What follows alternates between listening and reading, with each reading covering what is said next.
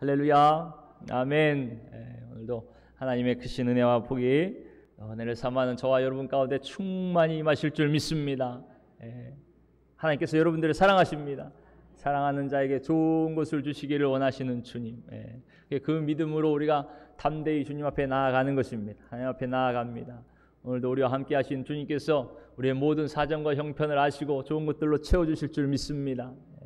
오늘 말씀의 제목을 함께 따라서 하시겠습니다. 온 마음을 예수 그리스도에게로. 예수 그리스도에게로. 우리의 마음이 지금 어디 있나 한번 잘 살펴보시면서 스스로 돌아보시면서 오늘 말씀에 귀를 기울이시기를 바랍니다. 우리 지금 대림절 두 번째 주죠. 이 대림절의 신앙은 기다림의 신앙입니다. 소망 가운데 기다리는 것입니다. 누굴 기다립니까? 말씀이 육신이 되어 이 땅에 오신 분, 하나님이 사람이 되셔서 아기로 오신 분, 그분이 바로 예수님이시죠.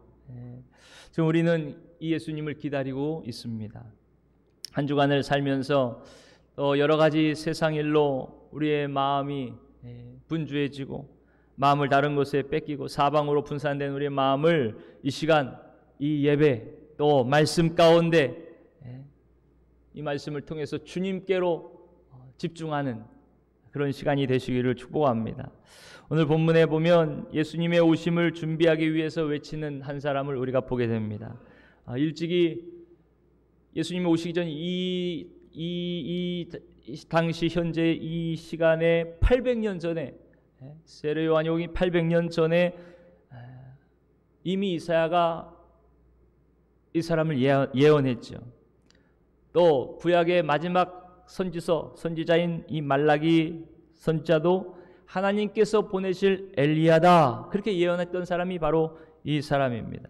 말라기 선지자가 이렇게 예언합니다. 그가 크고 두려운 날, 여호와의 날이 오기 전에 아버지의 마음을 자녀들에게로, 또 자녀들의 마음을 아버지에게로 그렇게 돌이키게 할 것이다. 오늘 우리의 마음을 하나님에게로, 하나님의 마음이 우리에게로 돌이키도록 오늘도 하나님께서 역사하실 것입니다. 그 역할을 한 사람이, 그 중재자가 되었던 사람이 바로 세례 요한이었던 거죠.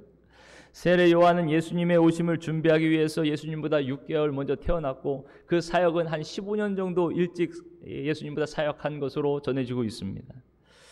예수님도 이 세례 요한을 인정하시면서 그에 대해서 이렇게 말씀하셨어요. 마태복음 11장 13절 14절 말씀해 보니까 모든 선지자와 율법이 예언한 것은 요한까지니 만일 너희가 즐겨받을진대 오리라 한 엘리야가 곧 이 사람이니라, 이렇게 말씀합니다. 우리는 이 세례 요한을 주목해 봐야 됩니다. 그가 예수님의 오실 길을 평탄하기 위해서 이 땅에 왔다 그랬죠. 그뿐만이 아니고 여호와의 크고 두려운 날이 이르기 전에 뭔가 중요한 임무를 맡고 온 사람이 바로 이 세례 요한입니다. 그 임무가 무엇일까요? 오늘 본문 말씀을 통해서 우리가 배울 수가 있습니다. 먼저 세례 요한의 모습이 참 독특합니다. 겉모습을 보니까 겉모습 자체가 참 심상치가 않죠. 4절 말씀이니까 낙타털 옷을 입고 가죽띠를 띠었다 그랬습니다.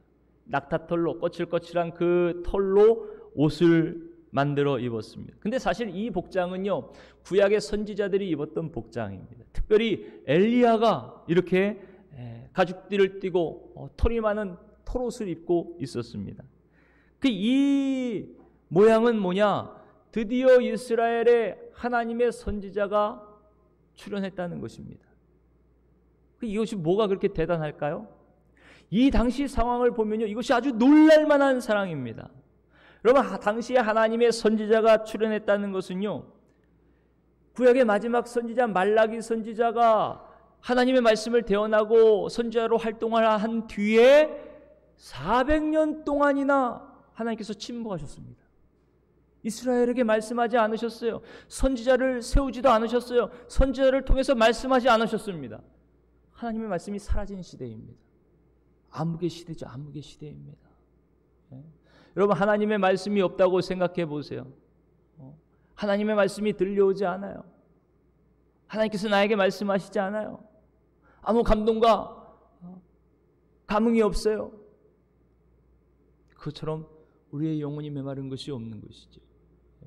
지금 이스라엘의 상황이 이랬습니다. 암흑 같은 시대를 400년이라는 시간을 그렇게 흘려 보냈습니다. 그런데 드디어 400년이 지나고 하나님의 선지자가 나타난 것입니다.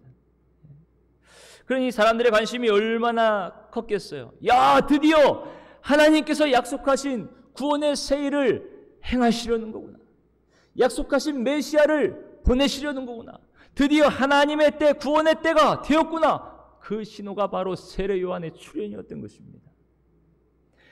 이렇게 세례 요한을 통해서 하나님은 하나님의 때에 하나님의 약속을 신실하게 행하시는 분임을 지금 말씀해 주고 계시는 것입니다. 또 세례 요한이 광야에서 먹은 음식을 보세요. 음식을 보면 메뚜기와 석청을 먹었습니다. 석청은 그냥 바위에 자연스럽게 만들어진 이 벌꿀, 야생 벌꿀을 말합니다. 음식도 그렇고 의상도 그렇고 편안하고 기름지고 값진 그런 것들이 아니죠. 그냥 그저 검소하게 어떻게 보면 이 광야에서 방랑하는 사람들이 먹는 그런 음식인 것입니다. 세례 요한의 모습을 보면 이 속세의 어떤 미련을 버린 그런 모습입니다. 세상의 부귀와 영화를 다 내려놓습니다. 거기에는 관심이 없습니다. 그럼 무엇에 관심이 있습니까? 세례 요한은 오직 주님의 오실 길을 예비하는 자로 오로지 자신의 삶을 많은 사람들이 그리스도를 만나도록 그렇게 준비시키는 그 일에 온전히 헌신한 것입니다. 주님을 만나는 일에 온전히 헌신했던 것이죠. 여러분, 이런 세례 요한의 모습이 예수님을 기다리는 저와 여러분들의 모습이 되어야 될 줄 믿습니다. 우리의 삶 전체가 예수 그리스도를 만나기 위한 준비가 되어야 됩니다.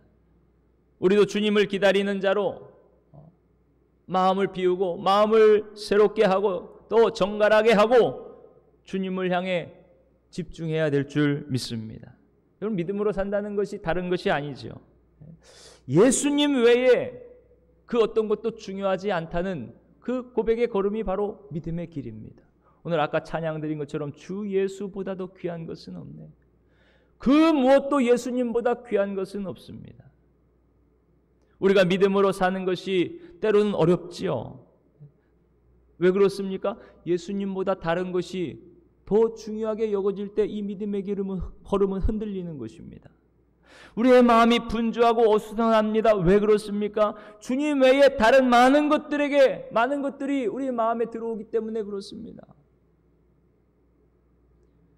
예수님 외에 다른 것들의 욕심과 집착이 많아질 때 우리의 마음은 어수선해집니다. 혼란스러워집니다. 주님에게서 주님만을 바라보는 시선에서 멀어집니다. 흐트러집니다.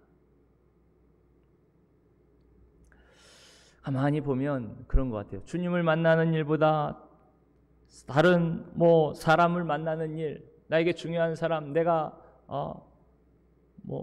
사랑하고 기뻐하는 사람을 만나는 일에 더 관심을 가질 때가 많죠. 여러분, 예배드리러 나오는 일, 오늘도 지금 못 나오신 분들도 계신데 여러 가지 사정이 있겠지만 혹시 주님 만나는 이 자리보다 사람 만나는 일이 더 좋아서 어떤 좋아하는 일 때문에 그럴 수도 있지 않겠습니까?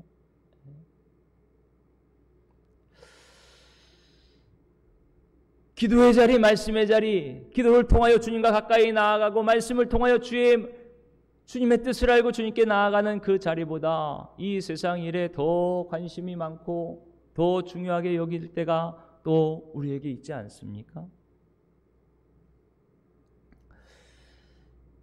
주님의 일을 하기보다 나를 위한 세상 일에 우리가 더 바쁘고 분주할 때가 많이 있죠.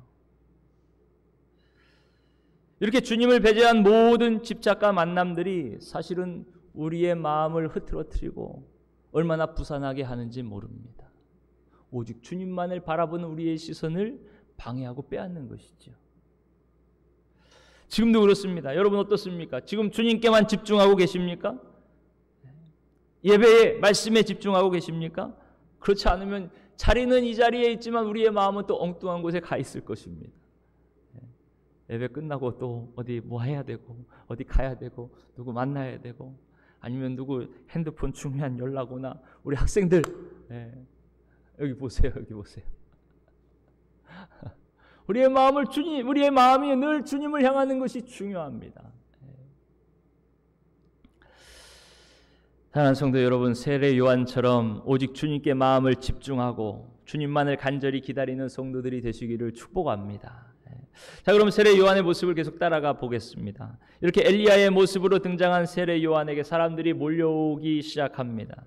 무엇 때문에 몰려오나요? 우리 5절 6절 말씀을 함께 읽어보실까요? 5절 6절 시작. 이때에 예루살렘과 온 유대와 요단강 사방에서 다 그에게 나와 자기들의 죄를 자복하고 요단강에서 그에게 세례를 받더니. 아멘. 세례 요한이 엘리야처럼 등장한 그때 예루살렘과 온 유다 땅에서 요한이 있는 요단강가로 사람들이 몰려왔습니다. 400년 동안 하나님의 말씀을 듣지 못했던 그 영적인 목마름으로 세례 요한을 찾아온 것이죠. 그리고는 그 앞에서 자기의 죄를 자복하고 요한에게 세례를 받습니다. 주로 이스라엘 백성들이 속죄일에 자신의 죄를 자복하고 회개한 것이 도덕적인 죄책감들, 율법대로 살지 못한 죄들, 속이고 거짓말한 죄들, 그런 죄들을 고백했다 그럽니다. 그런 고백을 했겠죠. 스스로 내가 지은 죄들을 이렇게 고백했을 것입니다.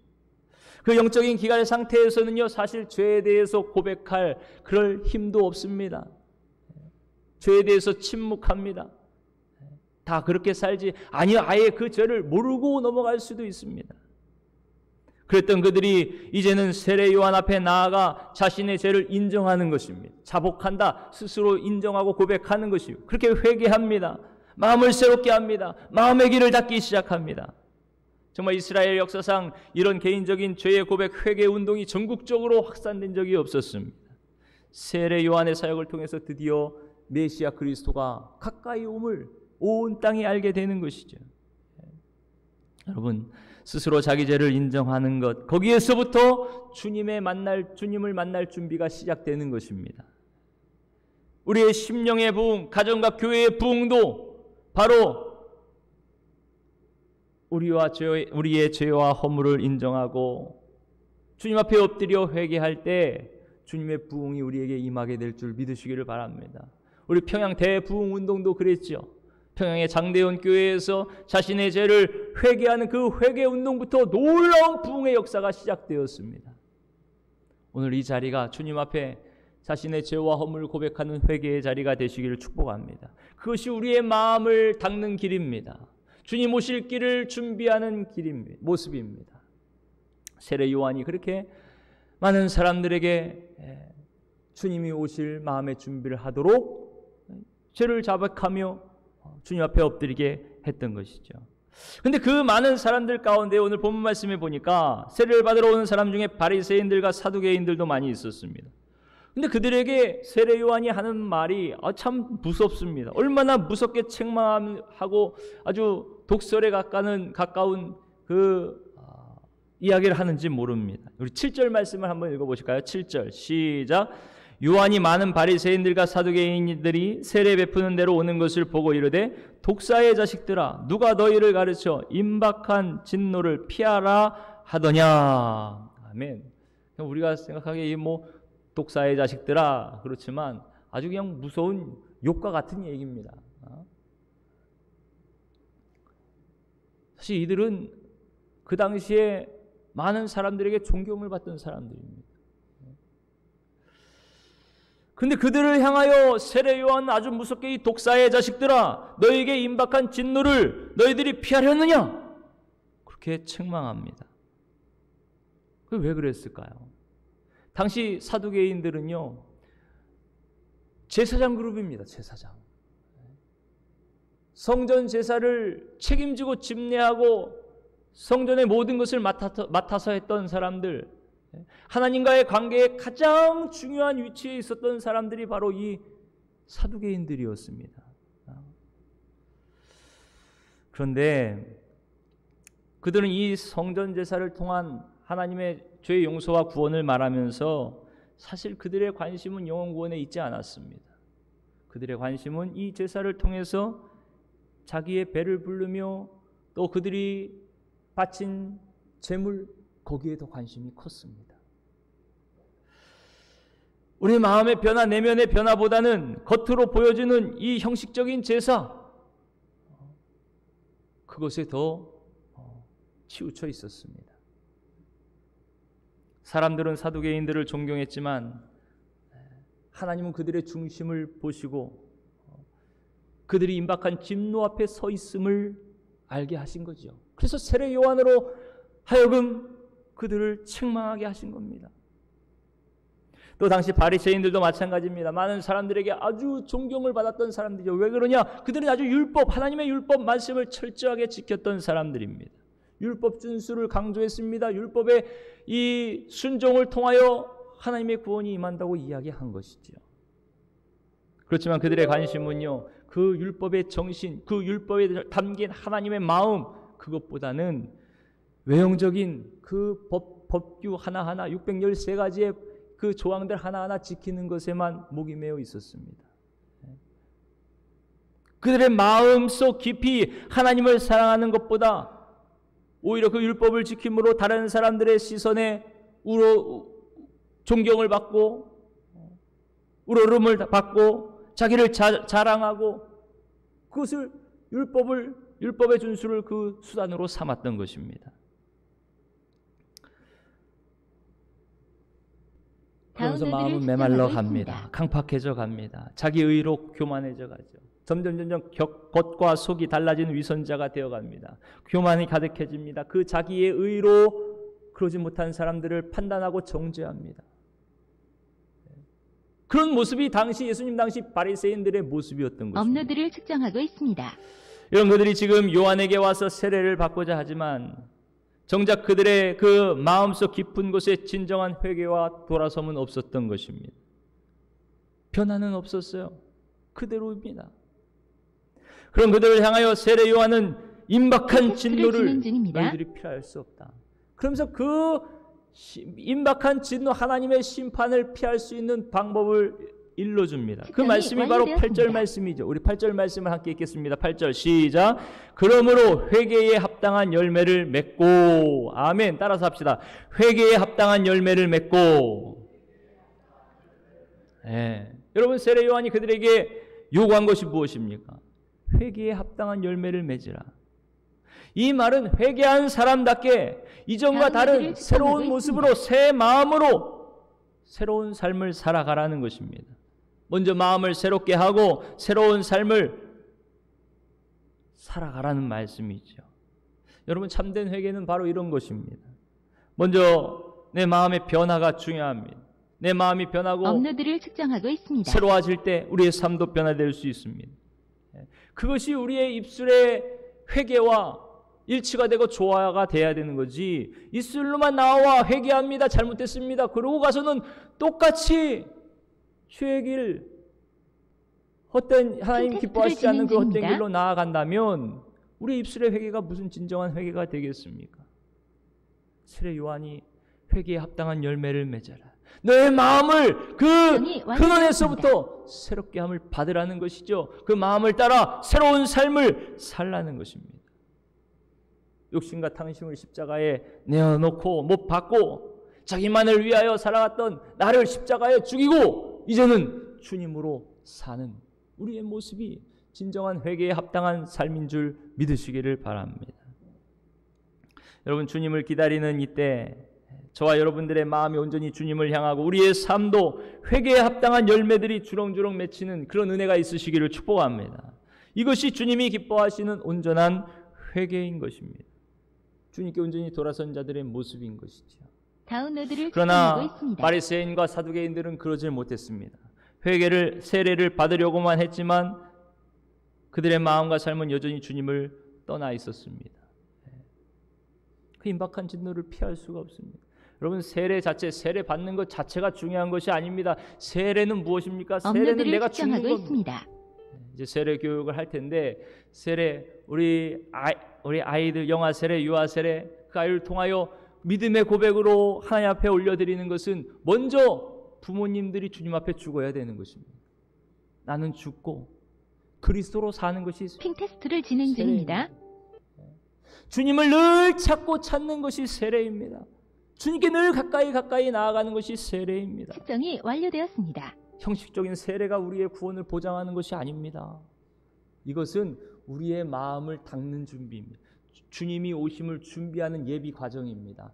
그렇게 세례를 준비하면서 세례를 받으면서 고백하는 것이죠. 주님, 이제 나는 죽고 주님 뜻대로만 살기로 원합니다. 주님 오시옵소서. 그럴 때 주님께서 성령으로 우리 가운데 오셔서 우리를 새롭게 하시는 것입니다. 정말 성령의 세례를 우리에게 베풀어 주시는 것입니다. 오늘 세례 요한이 선포한 내용이 바로 이것입니다. 그저 타성에 젖어 하나님을 찾던 그들에게 요한이 이렇게 일갈합니다. 9절 말씀을 함께 읽겠습니다. 9절 시작. 속으로 아브라함이 우리 조상이라고 생각하지 말라. 내가 너희에게 이르노니 하나님이 능히 이 돌들로도 아브라함의 자손이 되게 하시리라. 아멘. 여러분, 우리는 요한의 이 말을 통해서 분명한 것을 알게 됩니다. 그것은 구원이 어떤 혈통으로 그렇게 얻어지는 것이 아니라는 거죠.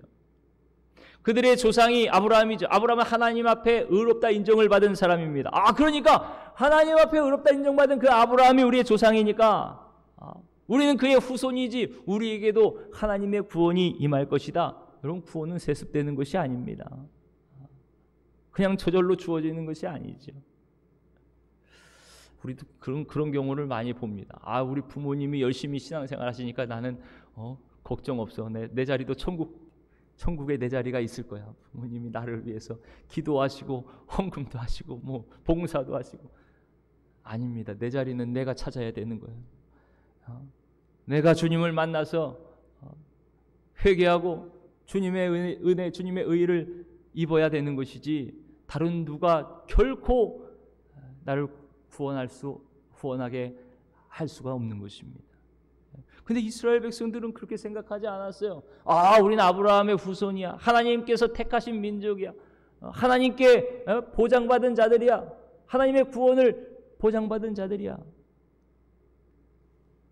그렇게 그들은 조상이 아브라함인 것을 자랑스러워하고 구원이 당연한 것인 것처럼 그렇게 생각했습니다.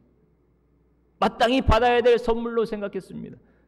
사실 우리도 운연등에 이렇게 생각할 때가 많습니다. 여러분, 하나님께서 마땅히 여러분들을 사랑해 주셔야 됩니까?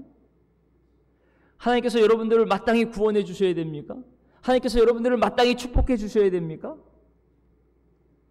그거는 하나님이 은혜와 긍휼이 풍성하신 하나님이시기 때문에 그렇지 우리에게는 마땅히 그것을 받을 만한 아무 자격과 공로가 없는 자들입니다. 그걸 먼저 아셔야 돼요. 그냥 어린아이 생떼 쓰듯이 마치 하나님의 은혜로 사는 게 마땅한 것처럼 생각하면 사실 그것만큼 어리석고 교만한 것이 없습니다. 전적으로 하나님의 은혜지요. 이런 우리를 사랑하신 하나님의 은혜입니다. 우리를 구원하시고 우리와 동행하신 하나님의 은혜입니다. 근데 이스라엘 사람들은 그러지 못했습니다. 마치 그것이 마땅한 것처럼 생각했어요. 그러니까 교만한 거죠. 그러면서 이방인들을 향하여는 어떻게 생각합니까? 저들은 하나님을 모르는 자들, 하나님의 구원에서 멀어진 자들로 생각했습니다. 저들은 구원받을 수 없는 자들이라고 생각했어요. 왜요? 아브라함의 후손이 아니니까요. 영원한 심판에 처할 벌레들처럼 여겼습니다. 정말 하찮은 돌덩이처럼 그냥 발로 찼습니다. 그런데 지금 요한이 하는 말이 무슨 말입니까? 하나님은 오히려 너희가 돌덩이처럼 여기는 저 이방인들로 아브라함의 자손이 되게 하신다는 말씀입니다. 하나님 다 하실 수 있으신 분이요. 우리의 판단은 우리가 구원받기에 마땅한 것 같지만 구원은 전적인 하나님의 은혜죠. 여러분, 자만하면 안 됩니다. 구원을 이미 받았다고 생각해도 안 됩니다.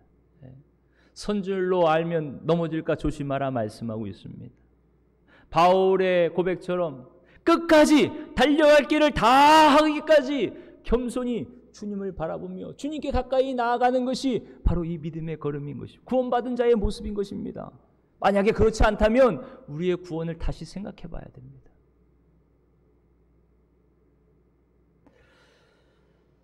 하나님은 겸손히 하나님을 찾고 그 마음의 전심으로 회개하며 하나님께 돌아오는 자를 품으시고 구원하시는 분이심을 늘 잊지 마시기를 축복합니다.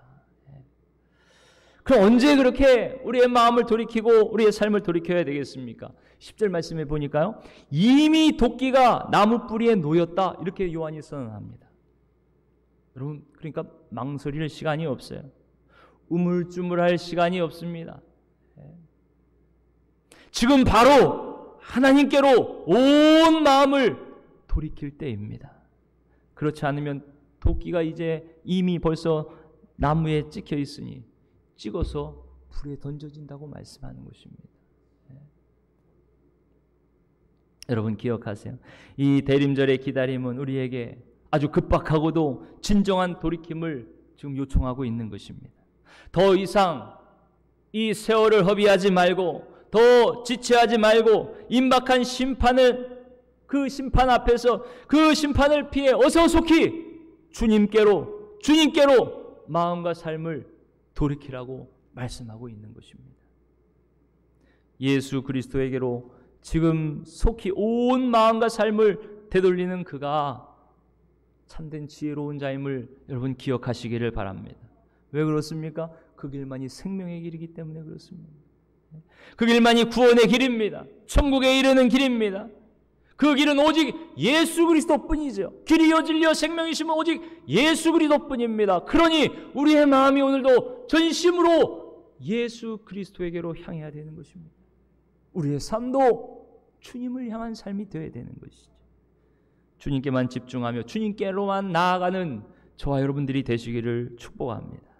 이제 세례 요한은 자기가 말하고자 했던 가장 중요한 진리를 꺼내놓습니다. 그 말씀이 바로 11절 12절 말씀입니다. 우리 함께 11절 12절 함께 읽겠습니다. 시작. 나는 너희로 회개하기 위하여 물로 세례를 베풀거니와 내 뒤에 오시는 이는 나보다 능력이 많으시니 나는 그의 신을 들기도 감당하지 못하겠노라. 그는 불과 성령과 불로 너희에게 세례를 베푸실 것이요 손에 키를 들고 자기의 타작마당을 정하게 하사 알곡은 모아 곡간에 들이고 쭉정이는 꺼지지 않는 불에 태우시리라. 아멘. 아멘. 여러분 세례 요한의 말을 한번 들어보세요. 지금 세례 요한은 자신이 무엇을 하는 사람인지 분명히 알고 있습니다. 자신은 그저 주님의 오심을 예비하는 사람입니다. 주님 오실 그 길을 평탄하게 닦는 사람입니다. 사람들에게 그 길을 닦게 하는 사람입니다. 그래서 누구를 모시는 거예요? 예수님을 모시게 하는 것입니다. 예수님이 주인공이에요. 자신이 주인공이 아니고 예수님이 주인공입니다. 오늘 우리도 이 삶을 살아가는 것입니다. 사실 이 신학적으로 보면은요, 이 당시에 세례 요한을 메시아로 따르는 사람들이 굉장히 많았습니다. 성경에도 나오죠. 그리고 예수님보다 오히려 세례 요한이 더 큰 지지를 받고 그 영향력을 행사했습니다. 그러니까 예수님이 이제 적극적으로 사역하시기 전에 이제 세례 요한이 했으니까 그런 거죠. 그러니까 세례 요한은 얼마든지 이런 사람들의 지지를 통해서 자기가 이 굉장한 어떻게 보면 명예와 권력을 누릴 수 있었던 사람입니다. 많은 사람들이 메시아로 믿고 따르던 사람도 많이 있어. 그런데 세례 요한이 얼마나 하는 말을 보세요. 내가 아니다. 나는 아무것도 아니다. 심지어 뭐라 그럽니까? 내 뒤에 오시는 분 신도 들 수 없다. 신발끈도 맬 수 없고 신도 들 수 없다. 신을 드는 사람이 누구? 이 당시에 신을 들고 발을 닦게 하고 하는 사람이 누군지 아십니까? 종입니다. 노예들이 하는 거예요. 노예도.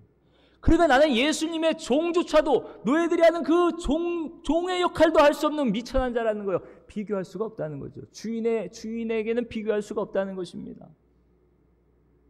여러분 예수님의 노예이십니까? 노예도 안 된다는 고백이 세례 요한의 고백인 것입니다.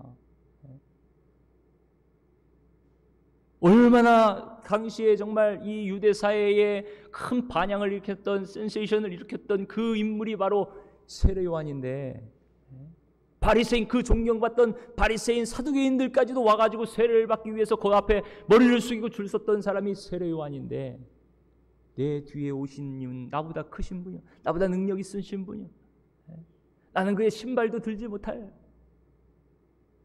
예수 그리스도 주님만이 우리가 바라볼 분이라는 것이죠. 예수 그리스도 그분만이 우리가 마음에 간절히 사모하며 영접할 분이라는 것입니다. 세례 요한은 겸손하게 자기 뒤에 오실 분 그분 앞에 진심으로 엎드립니다. 왜 그렇습니까? 그분이 바로 하나님이시기 때문에 그렇습니다. 하나님이세요. 하나님. 우리를 구원하실 하나님이십니다. 만왕의 왕이신 분, 온 천하 만물의 주인이신 분, 열방을 구원하실 구세주가 되실 분, 그분이 바로 예수 그리스도이십니다. 그러니 그분 앞에 엎드려 그저 겸손히 머리를 숙이고 오직 주님만 사모하며 바라보며 높여야 될 분, 그분 오직 예수 그리스도뿐이죠. 오늘 우리에게도 마찬가지입니다. 우리가 온전히 엎드려 온전히 한 분, 그분만을 높이는 것, 그것이 주님의 오심을 기다리는 자의 마음과 자세가 되어야 될 줄 믿습니다. 사랑하는 성도 여러분, 그렇죠. 주인공은 예수님이십니다. 내가 아닙니다. 우리는 겸손히 예수님의 오심을 기다려야 됩니다. 겸손히 주님의 오실 길을 닦아 놓아야 됩니다. 그 길 위로 우리 왕이신 예수님, 주님이 임하실 줄 믿으시기를 바랍니다. 그러면서 세례 요한 자신이 그 베푼 세례에 대해서 이렇게 말해요. 너희로 회개하게 하기 위한 물세례라고 그럽니다. 그러니까 지금 자복하며 나와 회개를 받았지만 그 회개는 진정한 회개가 아니었던 거죠. 그럼 진정한 회개는 무엇입니까? 주님께서 행하시는 회개이고 세례인 것입니다. 나의 세례는 단지 너희로 진정한 회개에 초청하는 준비 작업에 지나지 않다는 거죠.